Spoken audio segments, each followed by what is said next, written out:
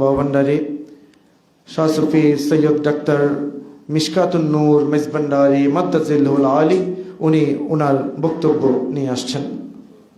এখন স্মৃতিচারণ করছেন ডাক্তার সৈয়দ মিশকাতুন নূর মেজভান্ডারী মাদ্দাজিল্লাহুল আলী।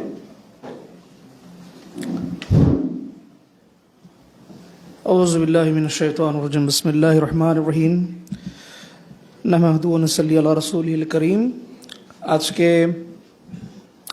মরহুম আল্লামা শায়েস্তা খান আল হাজারি আল মজভান্ডারীর স্মৃতিচারণে আয়োজিত উলামা আওলাদ খুলাফায়ে গাউসুল আজম মজভান্ডারীগণের মাধ্যমে এই মোবারক অনুষ্ঠানের মাননীয় সভাপতি এবং উপস্থিত আওলাদ গাউসুল আজম মজভান্ডারী, আওলাদ খুলাফায়ে গাউসুল মজভান্ডারী, আশিক গাউসুল আজম মজভান্ডারী, আসসালামু আলাইকুম ওয়া রাহমাতুল্লাহি ওয়া বারাকাতুহু।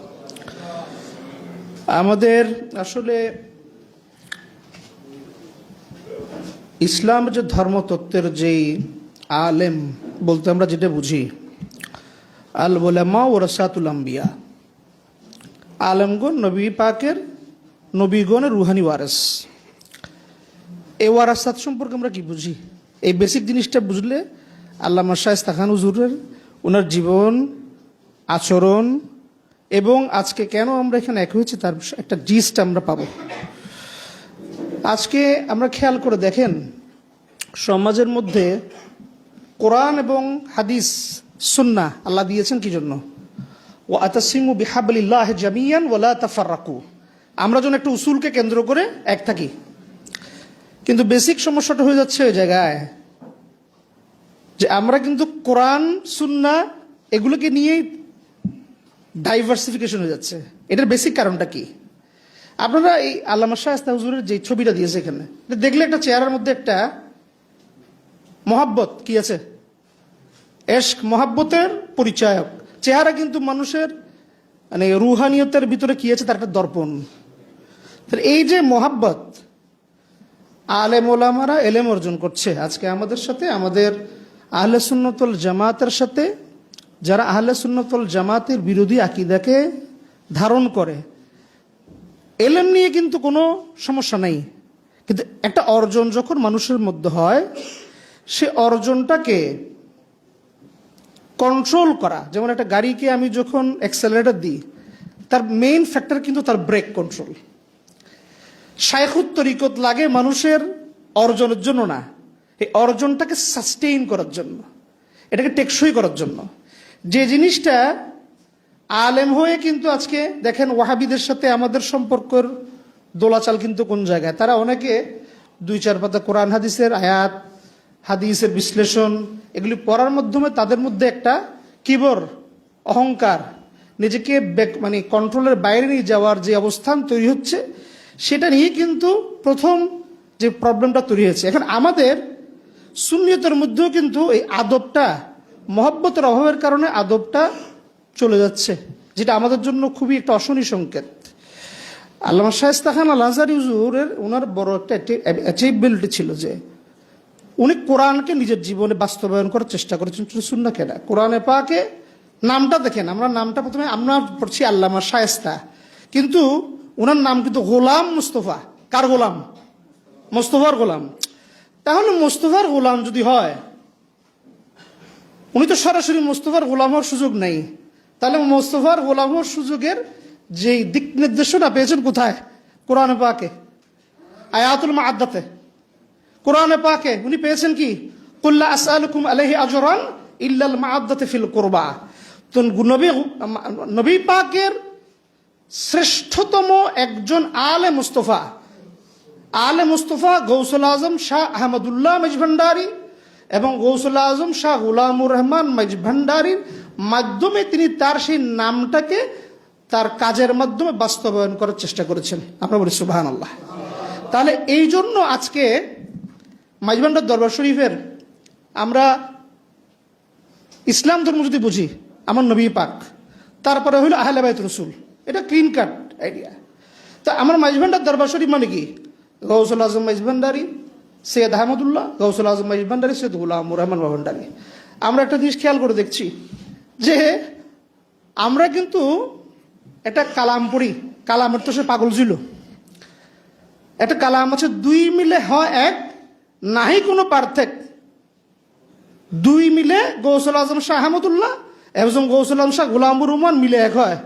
আজকে একজন গোলামের স্মরণ সভার মধ্যে দুই আওলাদ গৌসুল আজম এবং এখানকার আমিন হযরত আমিনুল হক ওয়াসেলে গৌসুল আজমের আওলাদ সহ সবাই উপস্থিত হয়ে সাক্ষী দিচ্ছে যে না, আমাদের আগের পূর্ব বুজুর্গানে দিনগুলো যে কালাম করেছেন সেই কালামকে যারা বাস্তবায়ন করে তাই হক। যারা বলুন সুবহানাল্লাহ। তাহলে এই যে তার জীবনের সাংগঠনিকভাবে একটা সাংগঠনিক মানুষ যেরকম হয়, খুব স্মার্ট অ্যাজ এ হোল, হয়তোবা তার সাংগঠনিক তার সবচেয়ে বড় শক্তি ছিল মহব্বত। ওই যে এটা বলছে মাসুম যে তোমাদেরকে আমি ধরে বাঁধতে হইলেও কি নিয়ে যাব কোথায়। এই যে প্রেমের মহব্বতের মাধ্যমে যে চর্চাটা সে করেছে, আজকে এই প্রেমের সেই যাজা দেওয়ার জন্যই কিন্তু আজকে আওলাদ গোসম মাইজভান্ডারিগণ, আওলাদ খোলাফা মাইজভান্ডারিগণ একটা প্ল্যাটফর্ম এসেছে। তাহলে এইটা আমাদের জন্য একটা বড় সুযোগ। সুযোগ কোন জায়গাটার মধ্যে? আমাদের মধ্যে ডাইভার্সিটি অফ থটস থাকবে। ডাইভার্সিটি অফ থটসটা এটা কোনোদিনও খারাপ না, কিন্তু ডাইভার্সিটি অফ থটস যেন আমাদেরকে কোনোদিনও প্রিন্সিপাল থেকে দূরে না সরায় যায়। ডাইভার্সিটি অফ থটস থাকবে, কিন্তু এটা প্রিন্সিপাল থেকে দূরে না সরায়।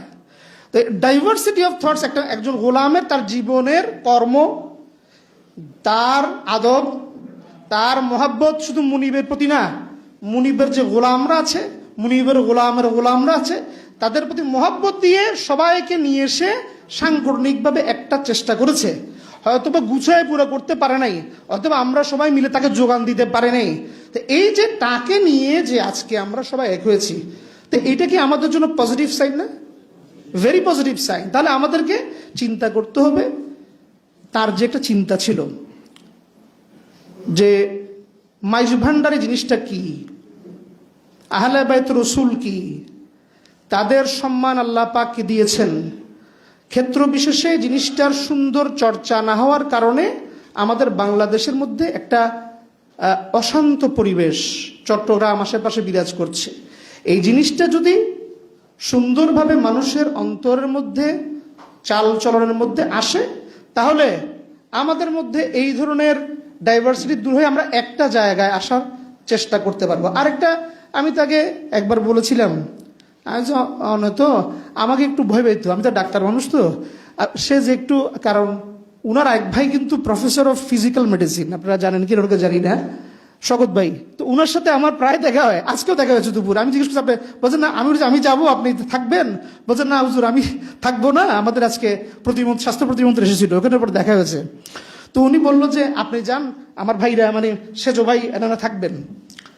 তো আমি প্রায় তাকে জিজ্ঞেস করতাম, এই যে মানে ডায়াবেটিস কন্ট্রোল করতো না, খেয়ে বলতো কি, আমি বকা দিতাম এর জন্য, কি তুমি কি শুরু করছো এখন, হয়তো বাজার নজর দন আজ নজরের জায়গায়, কিন্তু তোমার তো তোমার মিকে নজর দম পড়িব। খারাপ লাগছে কি জন্য?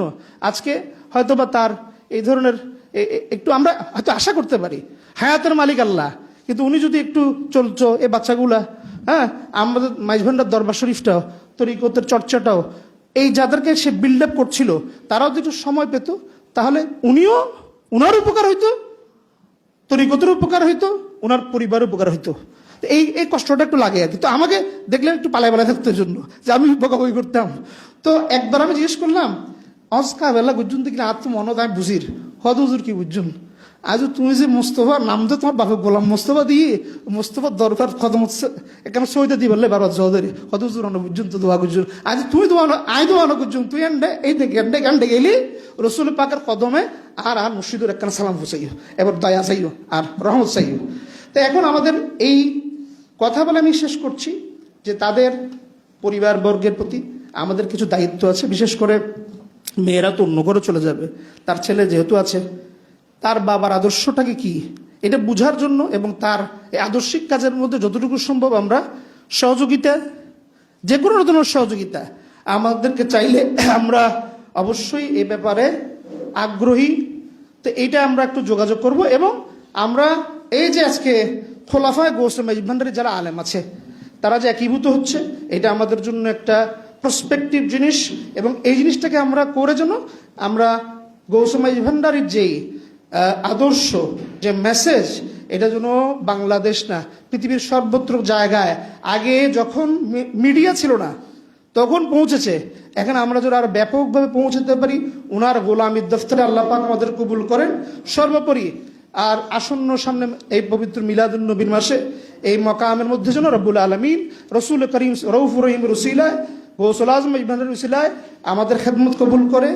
আল্লামা মরহুম গোলাম মুস্তফা শায়েস্তা খান আল আজহারি মজভান্ডারি, আল্লাহ যেন তার মকামকে বুলন্দ করে, রাফে দারাজাত দান করে, তার পরিবারবর্গকে আল্লাহ পাক একটা জন্য অবস্থানে পৌঁছায় তরিকায়ে মজভান্ডারি গোলামি করার জন্য। আসসালামু আলাইকুম ওয়া রাহমাতুল্লাহি ওয়া বারাকাতুহু।